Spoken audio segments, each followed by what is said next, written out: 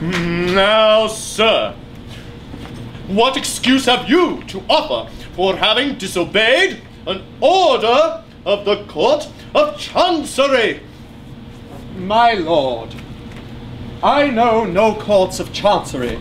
I go by nature's acts of parliament. The bees, the breeze, the seas, the rooks, the brooks, the gales, the vales, the fountains and the mountains cry. You love this maiden. Take her, we command you. 'Tis writ in heaven by the great barbed dart, which leaps forth into lurid light from each grim thundercloud. The very rain pours forth her sad and sodden sympathy. When chorus nature bids me take my love, shall I reply nay, but a certain Chancellor forbids it? Sir, you are England's Lord High Chancellor, but are you Chancellor of birds and trees, King of the winds and Prince of thunderclouds? No. It's a nice point. I don't know that I ever met it before. But my difficulty is that at present there's no evidence before the court that chorus nature has interested herself in the matter. No evidence?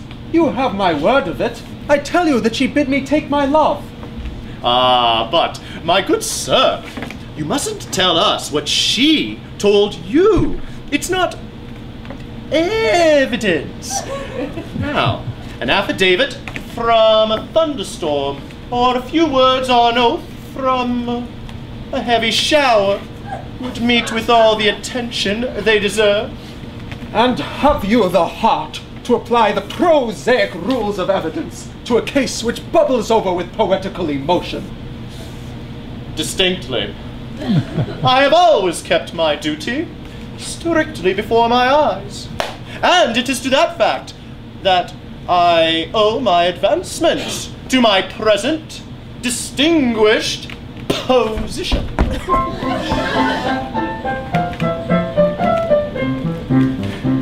When I went to the bar as a very young man, said I to myself, said I, I'll work on a new and original plan, said I to myself, said I, I'll never assume that a rogue or a thief is a gentleman worthy implicit belief, because his attorney has sent me a brief, said I to myself, said I.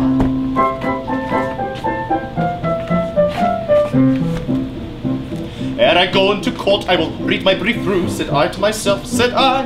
And I'll never take work I'm unable to do, said I to myself, said I. My learned profession I'll never disgrace by taking a fee with a grin on my face when I haven't been there to attend to the case, said I to myself, said I.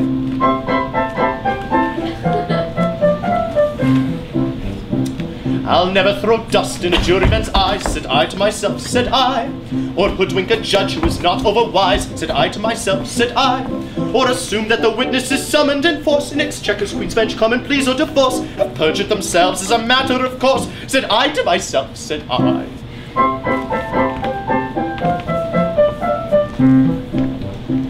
In other professions in which men engage, said I to myself, said I. The army? The navy? The church?